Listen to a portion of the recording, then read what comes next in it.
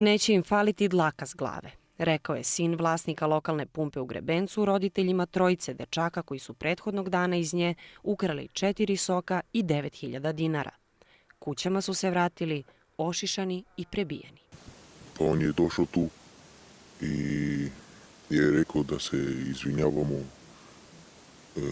kod sestre. Tjerali su nas da krećemo i rekao je ako ustanemo će nas upucati. Ta žena udarala sa šakama, pesnicama, nogama u rebra. I dok ona nas tukla, on se smeo i slikao.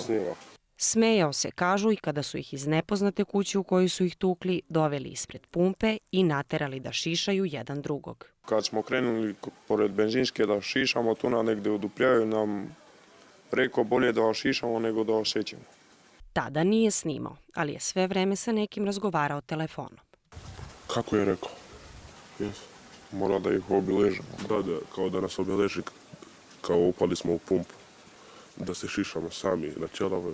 Zbog krađe sa pumpe, dečaci su istog dana u policiji dali iskaze, a sa sinom vlasnika roditelji dogovorili da će isplatiti dug. Do 9.000 on je stigao negde oko 100.000, ok, 100.000. Da skupljamo, da mu damo svaki mesec roditelji, da stavimo svaki mesec kako kog možemo, do 10-15.000 i da mu damo tu sumu i da nas ne dira. Idete u radio, to smo dali izjavu, to bi bilo sve plaćeno, bi bilo sve sređeno. Porodica nasilnika, kažu, dobro im je poznata. U Beloj crkvi važe za jednu od uspešnijih privrednika i veruju da upravo zato ni sestra koja ih je tukla, a ni brat koji je snimao, još uvek nisu u pritvoru. Ovi 3-4 dana niti jede, niti pije, sav je u stresu. Ja živim u strahu, plašim se da mi ne uđe. Za dalje vidjet ćemo, imamo zakon, pa ako nas ubiš, ne znam. Gde da begamo ovde, ne znam. Advokat dečaka tvrdi da je u toku predistražni postupak, kao i da su oni koji su ih pretukli odmah morali da budu privedeni. Iz MUP-a su nas uputili na osnovno javno tužilaštvo u Vršcu, ali do njih nismo uspeli da dođemo. Na telefone se niko nije javljao, a mail im čak nije ni stigao. Otac jednog od dečaka kaže, modrice su prošle. Ostao je strah. Plašimo se da nas ne bije opet ili tako nešto. Ja sam se bojao da spavam. I psovao na mamu cigansku.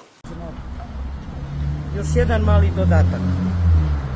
Sad sam pitala inspektora zašto mi ne stoji u izjavi. U prošloj izjavi koju su dali u sredu. Da, u prošloj izjavi kad smo dali da deca su rekli da sa pištoljom kad su rekli dole na kolena sedite, da ne ustanete, će da uzmem pištolj, ću da vas ubi sve troje. Dakle, to se uopšte ne navodi? Ne. I ja sad sam pitala, sad u ponedeljak će da vidi jer nije dao kod njih izjavu. Iskaz? Kod njega, da. Odakle se vi sada vraćate? Pa iz SUP-a policije. Iz policije? Zbog čega ste bili u policiju? Pa da damo izjavu oko ovog Bili smo da prijavimo Stefana Cvječkovića. Više nemamo mira. 6 dana kako se dogodilo ovo. Lažne. Počelo je lažne izjave. Lažne izjave, na Facebooku se svašta događa.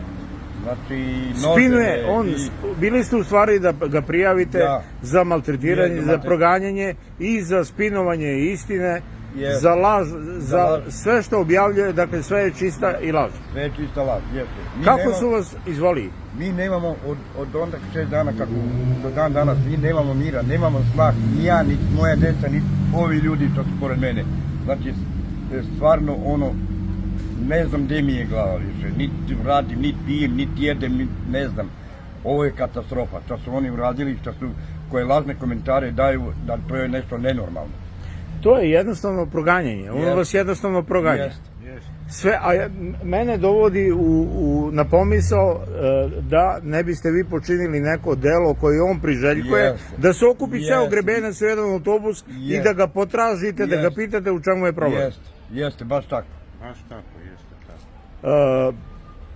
Zlu ne trebalo, ali ako treba potražit ćemo ga i na taj način. Normalna stvar. Ako nema pravde, onda ćemo mi napraviti pravdu. Ako nema zakon za njih, neće da bude ni za nas.